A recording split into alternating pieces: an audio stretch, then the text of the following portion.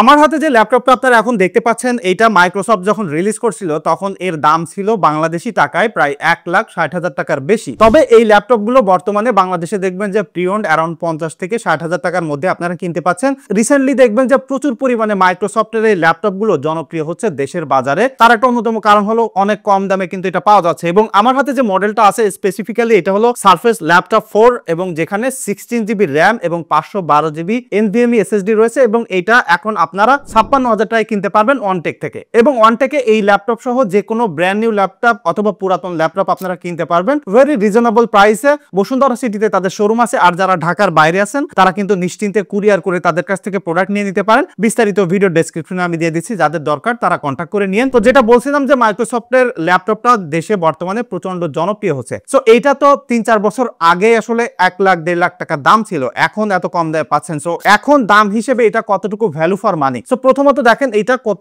Slim প্রোফাইলের একটা laptop এবং ডিজাইনের দিক থেকে দেখলে আপনার খানিকটা মনে হবে যারা আসলে অ্যাপেলের ম্যাকবুক বা অ্যাপেলের ডিজাইনের ল্যাপটপ গুলো ধরছেন প্রিমিয়াম সিরিজের, তাদের কাছে এইটা ভালো লাগবে বিকজ এইটা সেটার সাথে সিমিলার একটা ডিজাইন ম্যাটেরিয়াল আপনাকে অফার করতেছে এবং ডিজাইনটা জাস্ট লুক অ্যাট ইট, কত স্লিম এবং কত ফিউচারিস্টিক মডার্ন একটা ডিজাইন, ভেরি সিম্পল। সামনে একটা মাইক্রোসফটের লোগো রয়েছে এবং টোটালি কিন্তু ম্যাগনেসিয়াম অ্যালয় দিয়ে এটা বিল্ড করা হয়েছে। সো যারা ডিউরেবল একটা ল্যাপটপ খোঁজেন যেখানে সেখানে নিয়ে যাইতে গেলে খুবই পাতলা হালকা পাতলা একটা ল্যাপটপ হইতে হবে, লম্বা সময় ধরে ব্যবহার করবেন, হালকা পাতলা আঘাত লাগলেও কিছু হবে না, তাদের জন্য কিন্তু এই ল্যাপটপটা খুবই সুন্দর। আর একটা জিনিস হচ্ছে যে মেইনলি যে জিনিসটা আমার কাছে প্রায়োরিটি লাগে সেটা হচ্ছে যারা আসলে কর্পোরেট জব করেন, অফিসিয়াল কাজকর্ম করার জন্য বিভিন্ন জায়গায় ল্যাপটপ বহন করতে হয়, এইটা ওপেন করলে জাস্ট একটা প্রিমিয়াম ভাইব আপনি ডেস্কটপে পাবেন, তাহলে ডেফিনেটলি ভাই এই ল্যাপটপটা যে কেউ আপনার কাছে থাকলে আরেকবার ঘুরে তাকায় দেখবে যে এটা উইন্ডোজের ল্যাপটপ এবং এত ভালো হয়ে থাকে। বিশেষ করে যারা এর আগে সারফেসের ল্যাপটপ গুলো দেখেনি, একটা প্রিমিয়াম সেগমেন্টের মডার্ন ল্যাপটপ হিসেবে এই জিনিসটাকে আপনি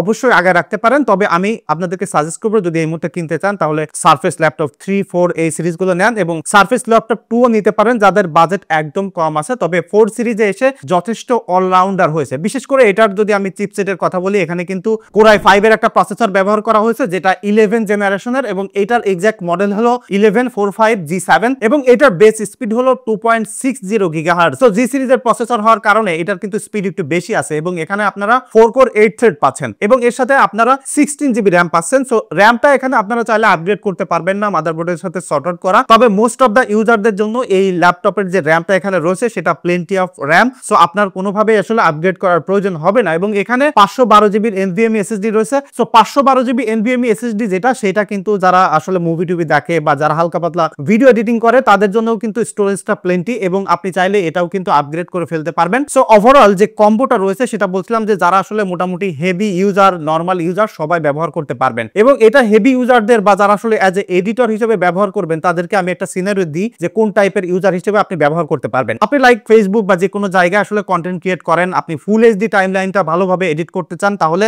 এটা অন দা গোতে ইজিলি এডিট করে ফেলতে পারবেন। আবার আপনার যদি এমন হয়ে থাকে টাইমলাইনটা 4K তাহলে এখানে আপনি কাটাকাটি করে ইফেক্ট দিয়ে সব ধরনের কাজকর্ম করার পরে আপনি এটাকে যদি রেন্ডার আউট করতে চান তাহলে আপনার মেইন পিসিতে রেন্ডার করতে পারেন বা 4K তে যদি এটাতে রেন্ডার করতে চান তাহলে পর্যাপ্ত টাইম লাগবে বিকজ এখানে ডেডিকেটেড গ্রাফিক্স প্রসেসর নেই। তবে আমি একটা জিনিস বলতে পারি যে বাজেট সেগমেন্ট হিসেবে এটা তো এখন আপনারা 56,000 টাকায় পাচ্ছেন। সো সেই বাজেট সেগমেন্টের হিসেব করে যদি এটা সেকেন্ড হ্যান্ড ল্যাপটপ হিসেবে সব দিক থেকে অলরাউন্ডার হিসেবে নিতে চান তাহলে আপনার সেকেন্ডারি পিসি হিসেবে এটা ডেফিনেটলি একটা গ্রেট ফিট হইতে পারে এবং যেখানে সেখানে গেলে আপনি এটা দিয়ে আপলোড করা বা আপনি যদি ফাইল ট্রান্সফার করতে চান বা যে কোনো ধরনের কাজকর্ম, আর যারা অফিসিয়াল কাজকর্ম করেন তারা কিন্তু একদম ইজিলি ব্যবহার করে ফেলতে পারবেন। এবং এখানে কিন্তু 13.5 ইঞ্চির একটা ডিসপ্লে রয়েছে। এখানে যে ডিসপ্লেটা দেখতে পাচ্ছেন এটার অ্যাসপেক্ট রেশিওটা একটু আলাদা এবং এটা কিন্তু মাইক্রোসফটের pixel sense LCD display. So এটার ডিসপ্লের এক্সপেরিয়েন্স অন্যান্য ল্যাপটপের থেকে আরো একটু বেটার আছে এবং এখানে কিন্তু ফুললি টাচ সাপোর্ট করে আর গরিলা গ্লাস 3 এর প্রোটেকশন রয়েছে। সো এই যে ডিসপ্লেটা দেখতে পাচ্ছেন এটা যেমনটা বললাম একটু স্কোয়ারিশ সাইজের। সো যারা আসলে গ্রাফিক্সের কাজকর্ম করেন বা যারা অফিসিয়াল কাজকর্ম করেন, ডকুমেন্ট ভিউ করতে চান বা যে কোনো ধরনের কাজকর্ম করতে গেলে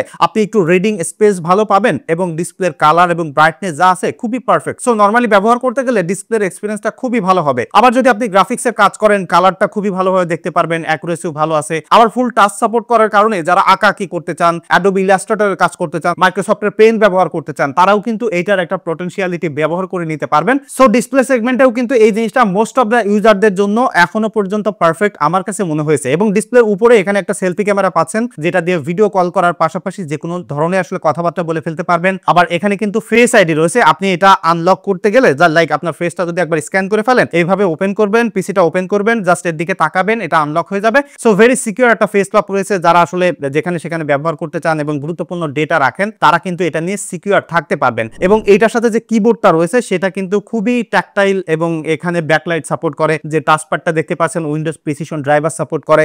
বিগার একটা টাচপ্যাড হওয়ার কারণে সব ধরনের কাজকর্ম করার পাশাপাশি আপনার এক্সটার্নাল কোনো কিবোর্ড মাউস না হইলেও আপনি কাজকর্ম করে ফেলতে পারবেন। এবং যেহেতু এটা উইন্ডোজের নেটিভ ডিভাইস, তো যারা হার্ডওয়্যার বানাচ্ছে তারা সফটওয়্যার বানাচ্ছে, সো সফটওয়্যার ইন্টিগ্রেশন এবং অপটিমাইজেশন এখানে ডেফিনেটলি ভালো পাচ্ছেন। সো ওভারঅল ব্যবহার করতে গেলে না, অ্যাজ এ উইন্ডোজ পিসি হিসেবে ল্যাপটপকে যদি প্রিফার করতে হয়, তাহলে মাইক্রোসফটের ল্যাপটপকে আপনি ডেফিনেটলি একটা ট্রাই দিতে পারেন। আমার মনে হয় যে আপনি এনজয় করবেন ফর শিওর। এবং এখানে আপনারা পোর্টস এন্ড বাটনের জায়গায় বেশ খানিকটা মিসিং করবেন। যে জায়গায় আসলে আমার কাছে একটু কমপ্লেন মনে হয়েছে ল্যাপটপটাতে, সেটা হলো আপনার ডান পাশে এখানে দেখেন জাস্ট একটা মাইক্রোসফটের সারফেস পোর্ট দেখতে পাচ্ছেন, যেটা দিয়ে আপনারা চার্জ করতে পারবেন। আর এখানে ডক কানেক্ট করতে পারবেন, যেটা দিয়ে আপনারা সব ধরনের আউটপুট ডিভাইস পাবেন। তবে মাইক্রোসফটের ওই ডকের দাম বেশি, যে কারণে আমাদের দেশে অত বেশি আসলে ইউজফুল আমি মনে করি না যে এই ল্যাপটপ কেনার পরে বেশি টাকা দিয়ে আসলে ডক কেনা। তবে বাম পাশে এখানে কিন্তু আপনারা ফুল সাইজ একটা ইউএসবি পোর্ট পাচ্ছেন, একটা টাইপ সি পোর্ট আছে, আর একটা হেডফোন জ্যাক আছে। সো যারা আসলে ইউএসবি পেরিফেরাল ব্যবহার করতে চান, সেটা স্টিল এখানে আছে। টাইপ সি দিয়ে আপনি কনভার্ট করে আরো ডিফারেন্ট ডক কিন্তু এখানে ব্যবহার করতে পারবেন। তবে স্টিল এখানে যদি একটা ডেডিকেটেড এইচডিএমআই পোর্ট থাকতো, তাহলে যারা অফিসিয়াল পারপাসে ব্যবহার করে, বিভিন্ন ধরনের প্রজেকশন আউটপুট করা লাগে, তাদের জন্য একটু ভালো হইতো। তবে সেক্ষেত্রে ডেফিনেটলি আপনাকে একটা ডঙ্গল ব্যবহার করতে হবে। বা ওই জিনিসটা বা ওই পোর্টসের সেগমেন্টটা যদি আপনি স্যাক্রিফাইস করতে পারেন, তাহলে কিন্তু এটা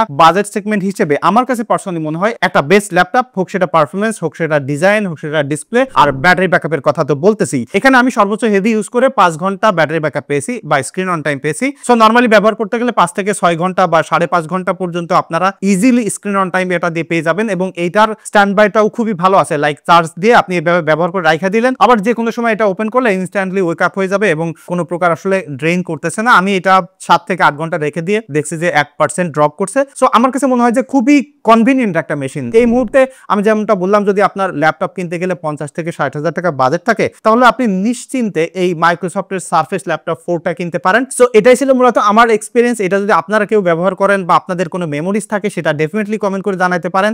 তাহলে অন্যরা যারা আসলে মাইক্রোসফটের ল্যাপটপ কিনতে চাচ্ছে, তাদের ডিসিশন নিতে আরো সহজ হবে। দেখা হচ্ছে পরবর্তী ভিডিওতে। ধন্যবাদ সবাইকে।